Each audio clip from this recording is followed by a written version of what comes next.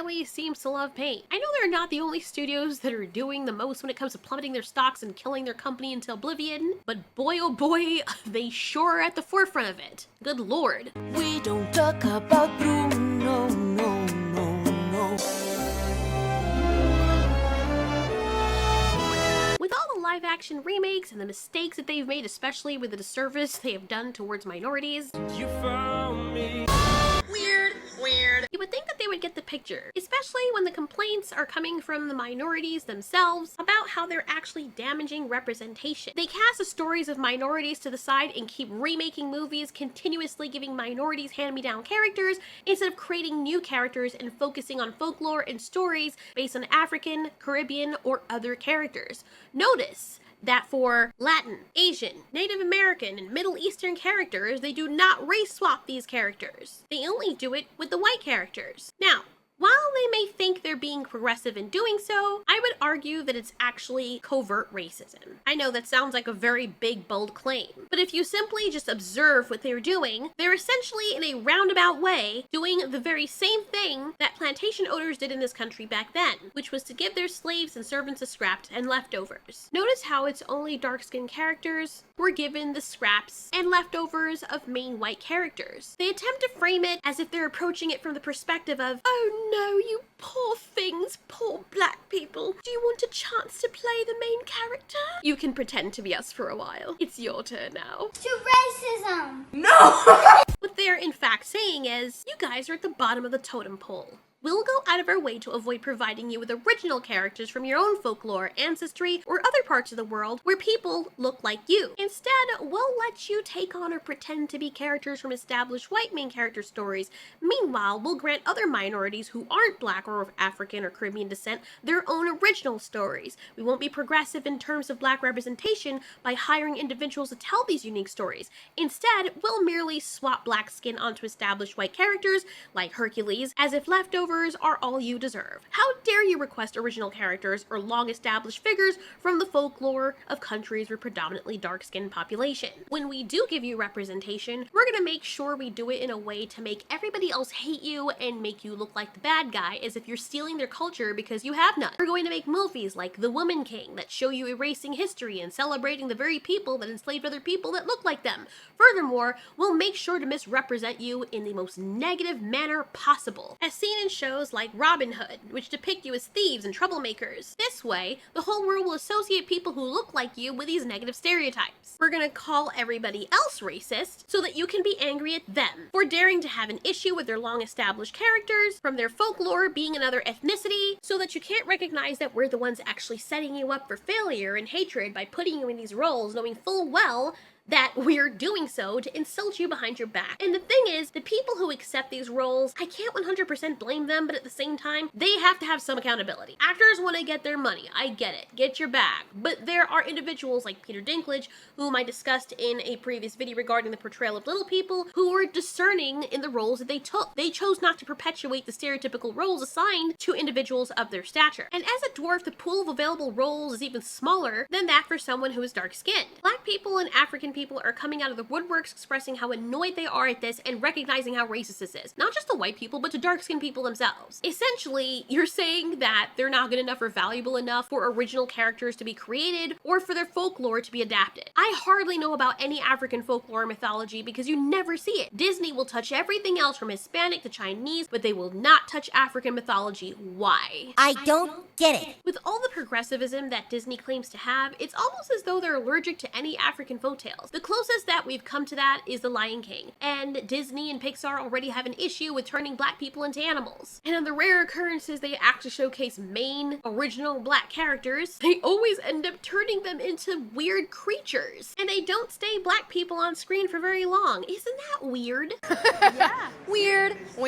I mean, The Lion King is based in Africa, but good thing for Disney, they look like lions and not like black people, right? And for the remake, they gave them more black voices, because apparently black people's voices are a lot allowed but not their skin color. Right, Disney? Now you may claim that they want to write what they know, but this is a company that has billions and decreasing. Even in their slump, they have enough resources to bring in people from these nations or people from these ethnicities to tell these stories. A lot of the people at Disney didn't know everything there was to know about certain German or Italian culture either, but I bet they got people to consult with about this. They took the time to read up on every other story that involved white characters, which is great. Sure, why not? But it's the hypocrisy for me. It's them claiming they care about minorities but not taking out the time to do it for black people. They will do it for Native Americans, they'll do it for Spanish people, they'll do it for Aladdin and every other ethnicity almost, except for black Americans or Africans. And I bet you the next movie where they happen to do that, they're going to turn the person who happens to be dark-skinned into some kind of animal.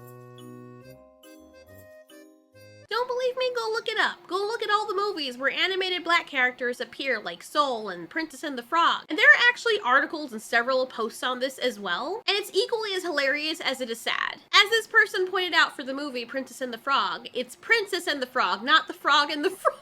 They continue with saying, here's what I don't get. Why is the transformation itself necessary? Kuzco, I will forego a bit, as Pacha is featured almost as much as him in human form, and he was given a television series where he was consistently human. But why Kenai and Tiana? Why did they have to transform to teach the lesson? In the original Princess and the Frog, she's a human the whole time. Of course, Tiana isn't actually royalty till the end, when she marries Naveen, who is, but why did the kiss have to turn her into a frog? They even argue that there's a better way to write this than to give her a motivation to not want to be a frog. It just seems downright insulting. And other people have pointed this out as well. As one article said, in 2009, The Princess and the Frog was greeted as a long-awaited milestone. More than 80 years after its debut feature, Disney had finally centered its first black princess, Tiana. But less than 30 minutes into the animated film, the relatable hero was stripped of her human qualities and made to hop around as a frog before younger viewers and their parents, some of whom were seeing themselves represented as a Disney princess for the first time.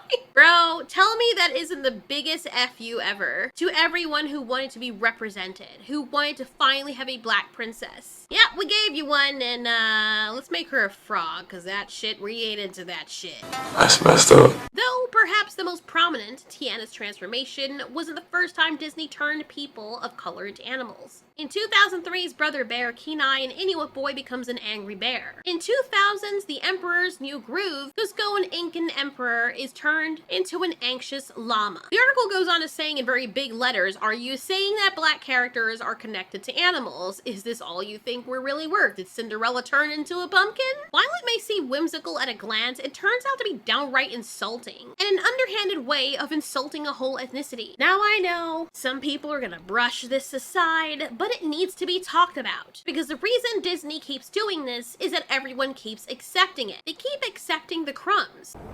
And the old creators will say, well, instead of making the original characters that we're gonna turn into animals anyway, because that's how we view dark-skinned people, we'll just take our established characters that people know and love and change them into black people.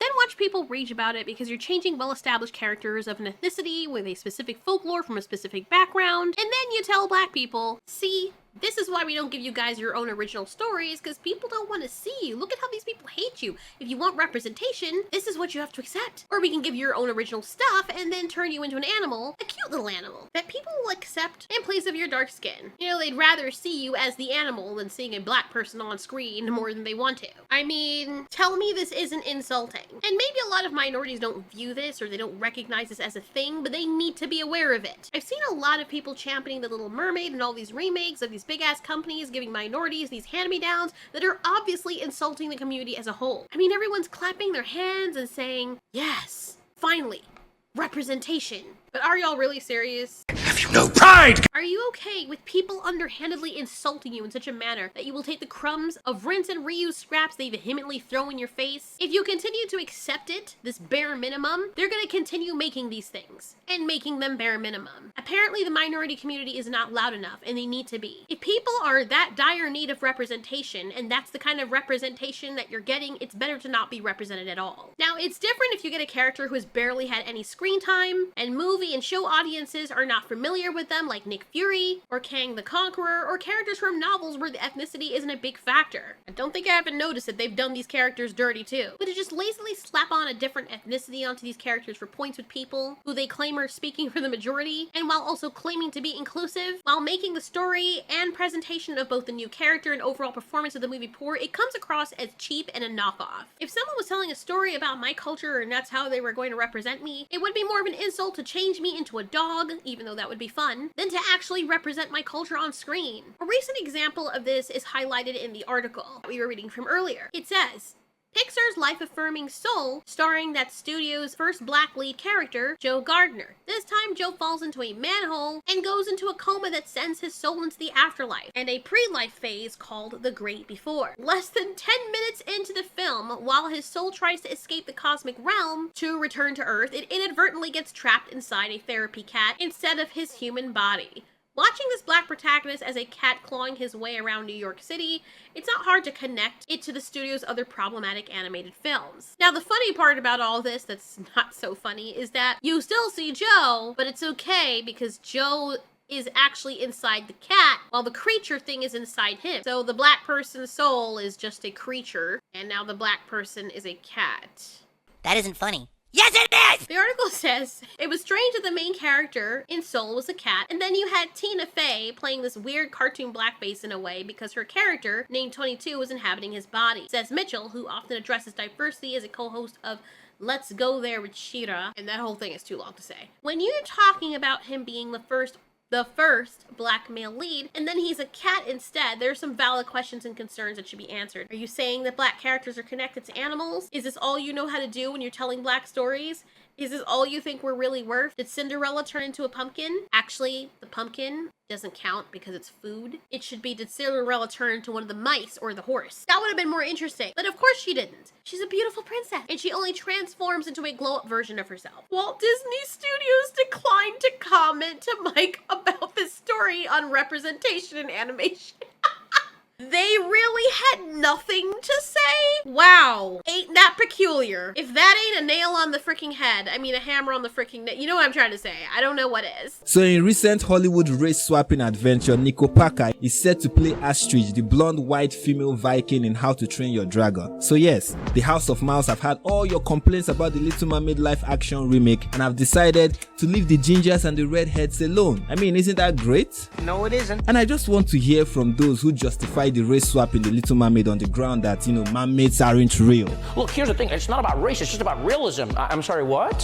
What is your defense now for what Disney is trying to do? Surprise me in the comments. Well, if there's anything I would say in response to this, it would be that How to Train Your Dragon is not a Disney title. It is a DreamWorks title. NBC Universal owns DreamWorks, not Disney. DreamWorks Animation is owned by Universal Pictures, so. But I get the sentiment because, like I said before starting out this video, Disney is not the only one who's been doing this. Everyone sees people jumping off a cliff and taking their fortune with them to splatter on the ground below into nothingness, and they just keep thinking, wow, that's a great idea. Look how that guy just split into a million pieces and ceased to exist. I'm gonna do that too. So yeah, it's really a discussion that needs to be had. To see Disney doubling down on this for movies that they've not even made yet, like the Hercules remake that was rumored, and to see them doing this whole song and dance with the characters being swapped and having the audacity to sit behind their decision and claim that anybody who criticizes them about it is racist, when a lot of those people who are criticizing them are also dark-skinned people, really showcases what they feel. I was looking at something a little while ago. It was an article. It was talking about the success of Vin Diesel and The Rock. And it was talking about part of the reason why they were very successful is because they could be sold to different races. They can be shopped to different races. They're racially ambiguous. So a lot of different races and ethnicities can see themselves in them. And people subconsciously do like to see someone that looks like themselves on the big screen and when they're being sold to. But it doesn't work all the time, as you've been noticing, Disney. Okay? I've seen dark-skinned Greeks. They don't look like Michael B. Jordan. Now, they're claiming that there's going to be a modern spin and not a direct remake of Hercules. But then you wonder, with all these films that are coming out like this, or shows that have been shown not to do well, why bother? I dare them to take an African folklore and change the main character that was originally depicted as dark-skinned to be portrayed as some white-skinned person that looks like Bucky from Captain America. This whole idea of them claiming to want to correct all of history's wrongs done to black people or dark-skinned people is a blatant lie.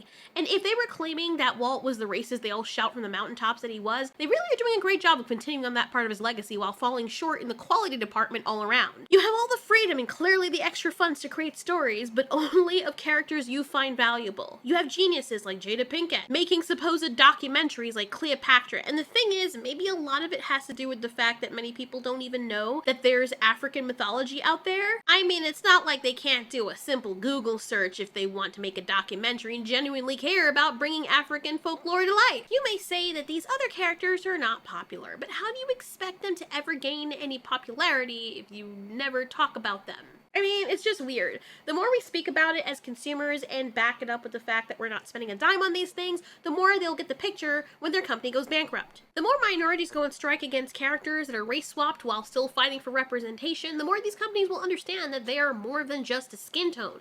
They are more than just a button click to place on night mode. These are actual people with cultural backgrounds. I think it's very disgusting that many of these individuals who represent these studios and companies claim that Black Americans had their culture taken away from them when they're brought to this country, only to then double down and cast Black people in roles as a lazy means to pretend they're being progressive and inclusive, instead of helping them reconnect with their origins and the stories from their ancestors. You know what I mean? Maybe if some African countries got decent representation here in the US, instead of studios and media showcasing only the worst parts of these African countries, more positive influence would lead to more money going to these places due to the popularity of the media's positive portrayal. But it feels like, I don't know, it's not quite what the media wants, even though it's losing them a lot of money, which makes you wonder what the actual reason is. Anyway, it's just something to think about, and I've noticed it. Notice they haven't touched Tarzan, by the way. Anyway, I think more people need to speak up about it. More minorities need to speak up about it too. For a moment, take off the veil from your eyes and stop pointing fingers at someone who looks different than you.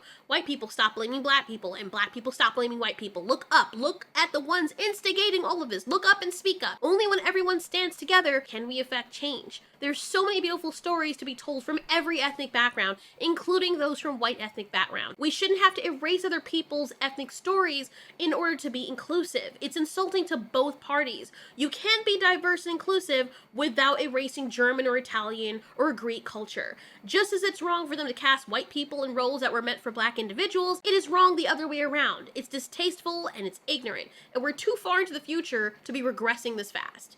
Thanks so much for watching. This has been Ultiori. You ask, we answer.